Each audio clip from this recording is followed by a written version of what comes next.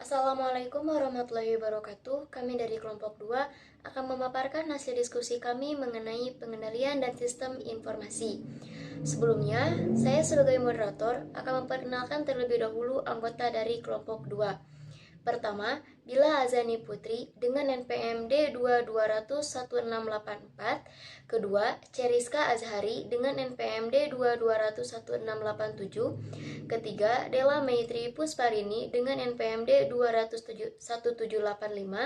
Keempat, Inan Diana Nur Imanisa dengan NPM D2201710. Kemudian kelima, Putri Maulidia Surahman dengan NPM D2201738. Kemudian saya sendiri Santi Nurmayanti dengan NPM D2201661. Kemudian ketujuh, Kurniawan Setia Permana dengan NPM D2201717. Untuk pemaparan materi yang pertama tentang pengertian dari sistem pengendalian intern akan disampaikan oleh Bila Azani Putri. Di sini saya akan menjelaskan poin 2.1 yaitu pengertian sistem pengendalian intern, yang dimana sistem pengendalian intern dapat didefinisikan sebagai suatu proses yang dipengaruhi oleh dewan direksi, manajemen, dan karyawan yang dirancang untuk jaminan yang meyakinkan tujuan organisasi akan dapat dicapai melalui 1. Efisiensi dan efektivitas operasi, 2. Penyajian laporan keuangan yang dapat dipercaya, 3. Ketaatan terhadap undang-undang dan aturan yang berlaku. Sistem pengendalian tersebut menekankan tujuan yang hendak dicapai dan bukan pada unsur-unsur yang membentuk sistem tersebut. Dengan demikian, pengertian pengendalian intern tersebut berlaku baik dalam perusahaan yang mengolah informasinya secara manual dengan mesin pembukuan maupun dengan komputer. Terima kasih kepada Bila Azani Putri. Kemudian, untuk tujuan sistem pengendalian intern akan disampaikan oleh Ceriska Azhari. Tujuan sistem pengendalian intern adalah 1.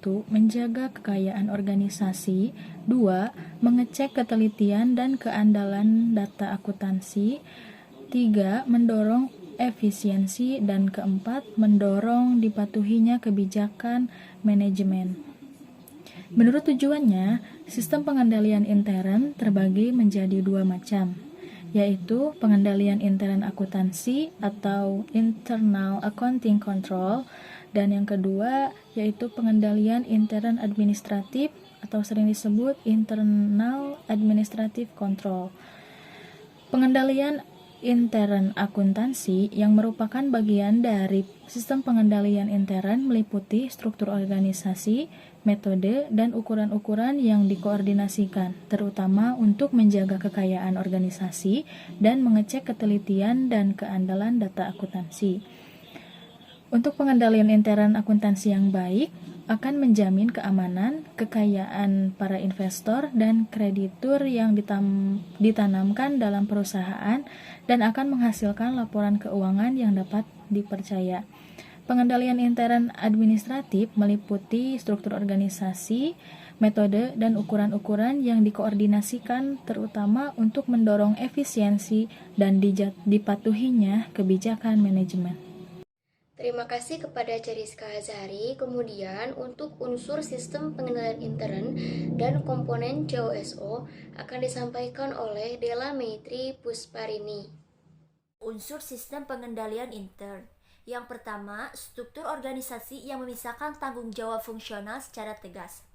Struktur organisasi merupakan kerangka pembagian tanggung jawab fungsional kepada unit-unit organisasi yang dibentuk untuk melaksanakan kegiatan-kegiatan pokok perusahaan. Yang kedua, sistem wewenang dan prosedur pencatatan yang memberikan perlindungan yang cukup terhadap kekayaan, utang, pendapatan, dan biaya. Dalam organisasi, setiap transaksi hanya terjadi atas dasar otorisasi dari pejabat yang memiliki wewenang untuk menyetujui terjadinya transaksi tersebut. Oleh karena itu, dalam organisasi harus membuat tujuan sistem yang mengatur pembagian wewenang untuk otorisasi atas terlaksananya setiap transaksi. Yang ketiga, praktik yang sehat dalam melaksanakan tugas dan fungsi setiap unit organisasi. Pembagian tanggung jawab fungsional dan sistem wewenang prosedur pencatatan yang telah ditetapkan tidak akan terlaksana dengan baik jika tidak diciptakan cara-cara untuk menjamin praktik yang sehat dalam pelaksanaannya. Yang keempat, karyawan yang mutunya sesuai dengan tanggung jawabnya. Unsur mutu karyawan merupakan unsur sistem pengendalian intern yang paling penting. Jika perusahaan memiliki karyawan yang kompeten dan jujur, unsur pengendalian yang lain dapat dikurangi sampai batas yang minimum. Dan perusahaan tetap mampu menghasilkan pertanggungjawaban keuangan yang dapat diandalkan. 2.4 Komponen sistem pengendalian COSO. Yang pertama, lingkungan pengendalian. Lingkungan pengendalian adalah pembentukan suasana organisasi serta memberi kesadaran tentang perlunya pengendalian bagi suatu organisasi. Berikut beberapa faktor yang mempengaruhi lingkungan pengendalian. Yang pertama, integritas dan nilai etika. Etika dan integritas manajemen merupakan produk dari budaya organisasi. Yang kedua, komitmen terhadap kompetensi. Kompetensi berarti karyawan memiliki pengetahuan dan keahlian untuk melakukan tugasnya. Yang ketiga, partisipasi dewan direksi dan tim auditor. Tim auditor harus dapat memperingatkan dewan direksi tentang munculnya suatu masalah sebelum masalah tersebut menjadi serius. Yang keempat, filosofi dan gaya manajemen, yaitu pendekatan manajemen dalam menghadapi resiko bisnis. Yang kelima, struktur organisasi, yaitu kerangka menyeluruh untuk perencanaan, pelaksanaan, dan pengawasan aktivitas yang dilakukan oleh manajemen. Yang keenam, pemberian wewenang dan tanggung jawab, yaitu untuk melakukan aktivitas yang diperlukan. Yang ketujuh, kebijakan mengenai SDM dan penerapannya, yaitu berkaitan dengan masalah integritas, etika, dan kompetensi. Terima kasih kepada Dela Maitri. Selanjutnya, materi yang akan disampaikan oleh rekan saya Ihnan Diana Nur Imanisa. 2. Menilai resiko merupakan komponen kedua dari pengendalian intern.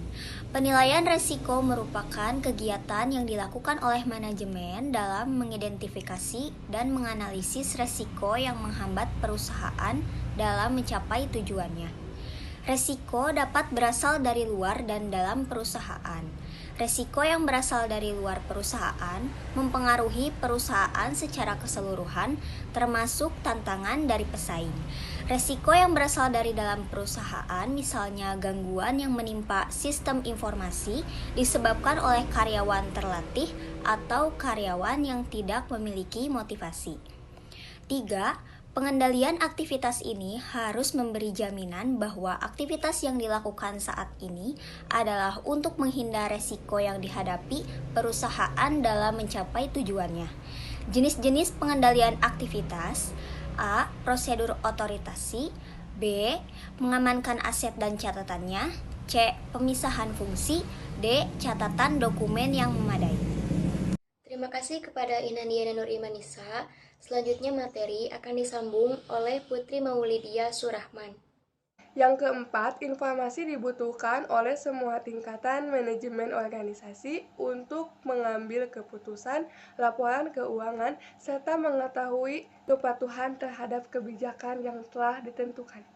Komunikasi sudah tercakup dalam informasi. Komunikasi harus dapat menyampaikan pesan dengan jelas dari topik manajemen.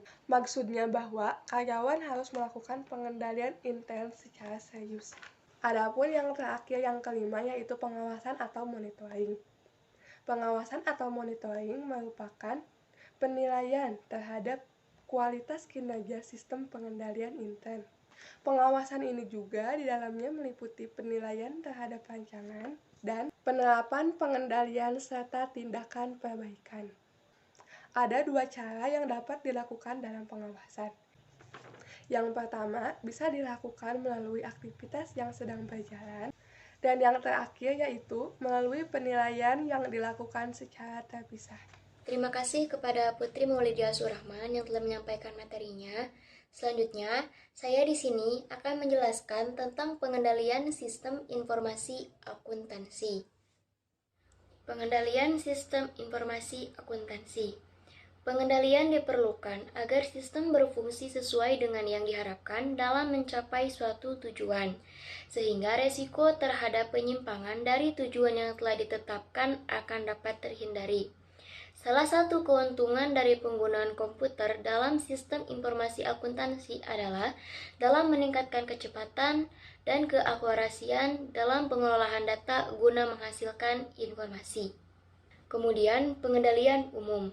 Pengendalian umum merupakan pengendalian yang menyeluruh dengan tujuan untuk memberikan keyakinan bahwa sistem informasi akuntansi yang mendukung berjalan secara efektif pada seluruh aktivitas bisnis, sehingga resiko terhadap aktivitas tersebut sangat minimal.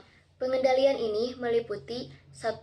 Pengendalian pembangunan dan implementasi sistem informasi akuntansi, yaitu merupakan pemeriksaan terhadap seluruh proses atau metode pengembangan serta implementasi sistem informasi akuntansi di berbagai bagian untuk meyakinkan sistem informasi akuntansi dikelola dengan baik. Kedua, pengendalian atas perangkat lunak atau software. Software sistem merupakan bagian pengendalian yang sangat penting karena mengontrol seluruh fungsi program yang memproses data. Ketiga, pengendalian atas perangkat keras atau hardware. Perangkat keras komputer secara fisik harus benar-benar aman sehingga dapat diakses hanya oleh orang-orang yang berwenang. Keempat, pengendalian pengoperasian komputer. Pengendalian ini meliputi pengawasan terhadap seluruh pemrosesan, pengoperasian hardware dan software, pembuatan backup dan prosedur perbaikan yang diterapkan. Kelima, pengendalian keamanan data dan jaringan. Pengendalian terhadap keamanan data dilakukan untuk meyakinkan bahwa kopi data atau backup berharga, baik yang berada pada CD atau DVD, flash disk, ataupun pada tape terhindar dari penggunaan oleh pihak yang tidak berwenang atau perubahan atau kerusakan.